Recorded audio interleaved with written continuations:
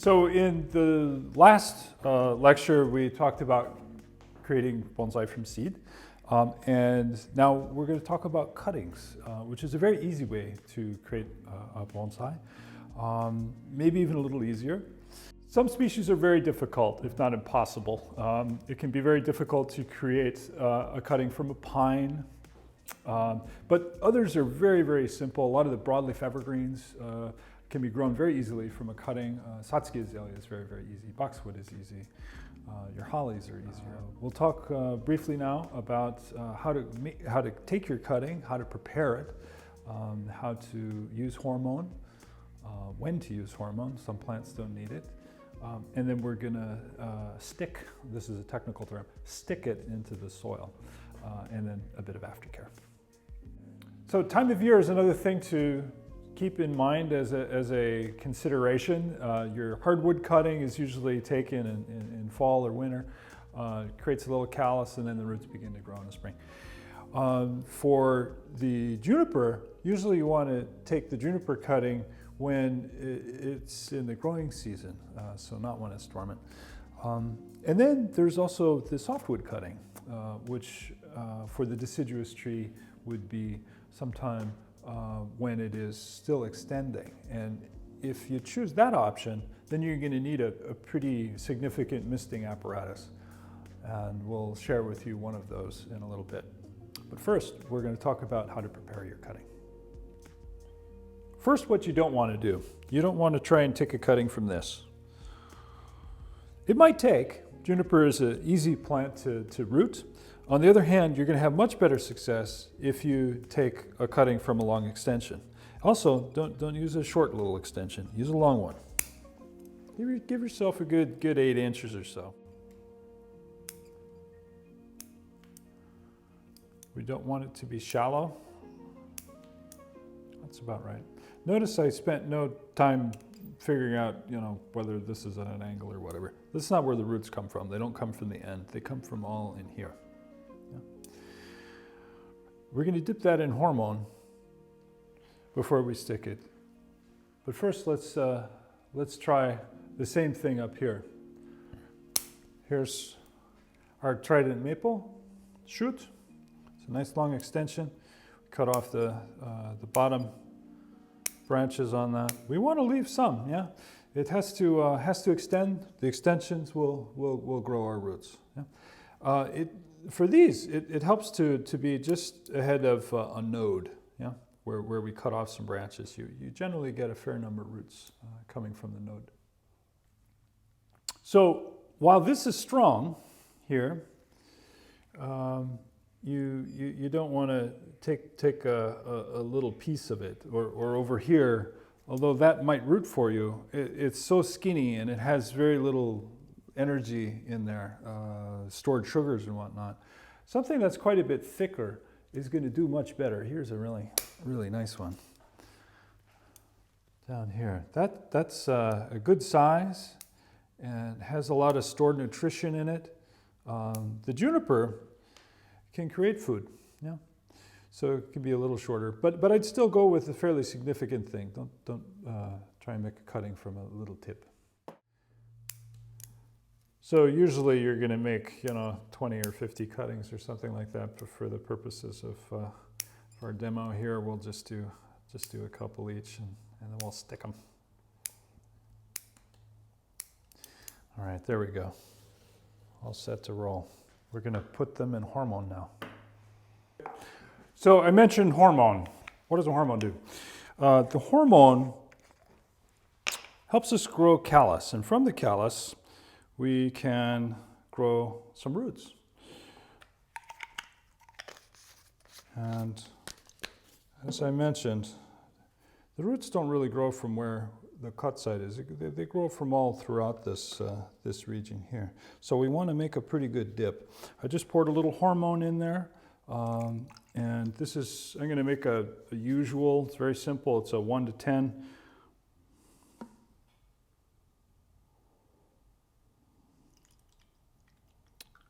Diluting with water. We swish that around a little bit. You can use a powder, you can use a gel. There's nothing that says you have to do one thing. Generally speaking, you leave your cuttings in there for about 10 seconds, something like that, 5 seconds. For really particular plants, they can be very touchy about not only your dilution, but also the amount of time that you spend in there. And then we're just going to let them dry for a little bit. And then we'll put them into the soil in a little while. Soil for making cuttings is as diverse as the number of people you talk to. You can use many different things. I'm using the same soil that we're going to use throughout this conversation about propagation, which provides water and nutrition for the young growing plant. We want our plants to grow strongly in the propagation phase, phase 1. For cuttings, you want a deep pot. The seeds can be placed into a fairly shallow container, but for a cutting, you want a deep one because we insert them to a pretty good depth, usually 3 inches or so. You can insert at an angle if you want. I do recommend pushing in a chopstick first. This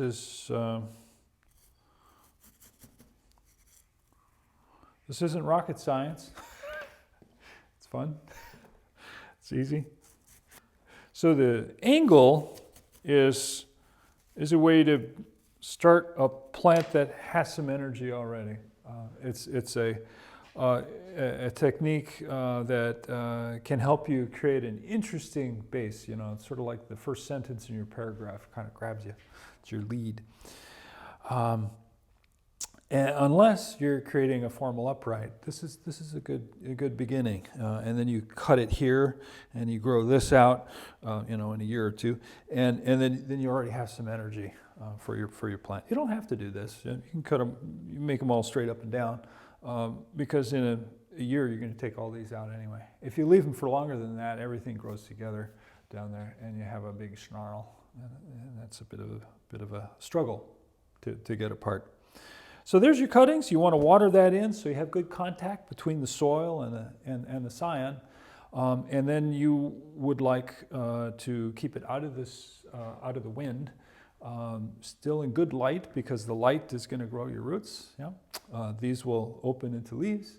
And next we'll talk about a misting system and possibly some bottom heat as well.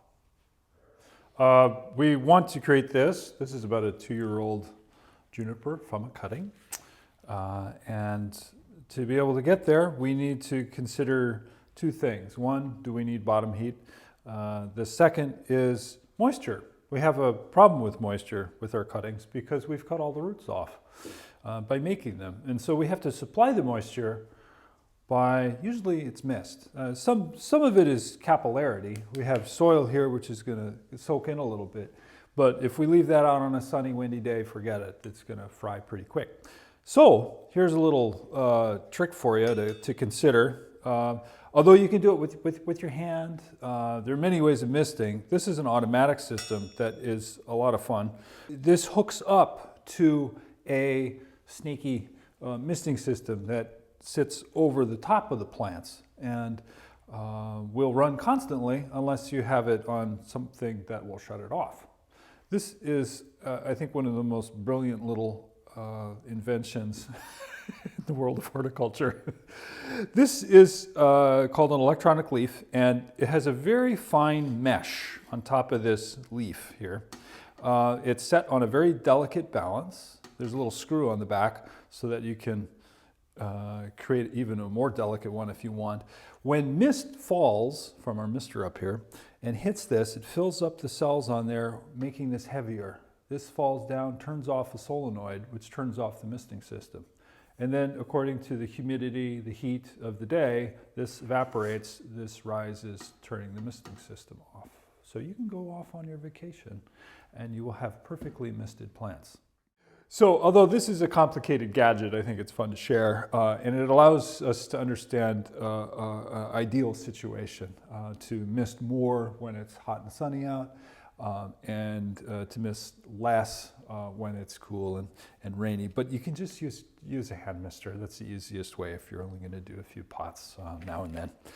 The next question that we have is, do we need bottom heat? And for a hardwood cutting like this, that can help because we have to create some callus down there over a period of months in the cool period of the year. And it can help conifers in particular, even broadleaf evergreens as well, to create that callus and to root faster because they tend to be a little slower than deciduous trees to want to do that.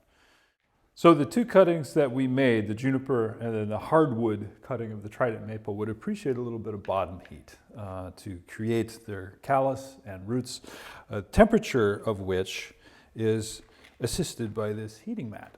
And the heating mat plugs into your wall, and you can put it on a thermostat and adjust it to right around 70 degrees Fahrenheit or 21 degrees Celsius, which will make your pot dry out. So you do want to keep up on your moisture level there, but that will create faster roots. If you're creating a softwood cutting, you don't generally have to worry about the heating mat because it's at the warmer time of the year. The temperature in the soil is usually spot on for creating roots. So if you're in the cooler months of the year, you might want to put it on a heating mat. If you're not in the cooler months of the year, you probably don't need that, but pay more attention to your misting because that'll keep your cuttings hydrated and will give them a much greater chance of rooting for you. After a month or two, especially if you are in the warm months of the year, you can find that your cuttings can resist pulling. If you tug on them lightly and they don't want to come where you're pulling, it generally means they're rooted. And after a few more months or a year, you can begin to separate them. I wouldn't separate them any less than about a year, though, because the roots are fairly fragile. But once they've started rooting, you can begin to wean them off of the mist. That's important, otherwise they can get dependent on the mist and not root as well.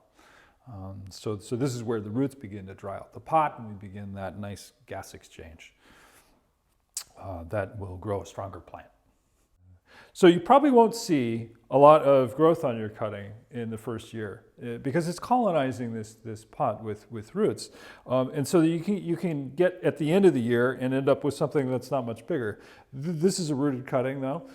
It started about like that. And we can transfer it into its own pot after 1 year. And then in about the 2-year phase, we look like that. And then they begin to grow exponentially because it has this big root system, and you start seeing the shoots coming out. In fact, you can make cuttings off of that one. So we covered how to make a cutting, and I want to offer an alternative idea that is specific for bonsai to set us up for the next step. You can imagine this is one of the cuttings that we made. It's fairly straight and it now has good roots, but we've missed an opportunity. This is now fairly thick, and we can get some gentle bends in there, which would be fine for a large tree if that's your future for the plant that you've just made. However, many of us want to make smaller plants, and we want quick little turns in the trunk, and we've lost that opportunity here. The cuttings that we've made, that we stuck, they're going to create these little roots, and within a year, they still won't have grown very much, but we're going to want to wire it before they get thick. So you stick a wire in there and you do your spiral wrap, and then you'd start bending it. But the problem is that the roots are so weak that you'd end up damaging the roots. So this is an idea that gets beyond that problem. So for this alternative method, we have a plant with long extensions and we don't cut them off.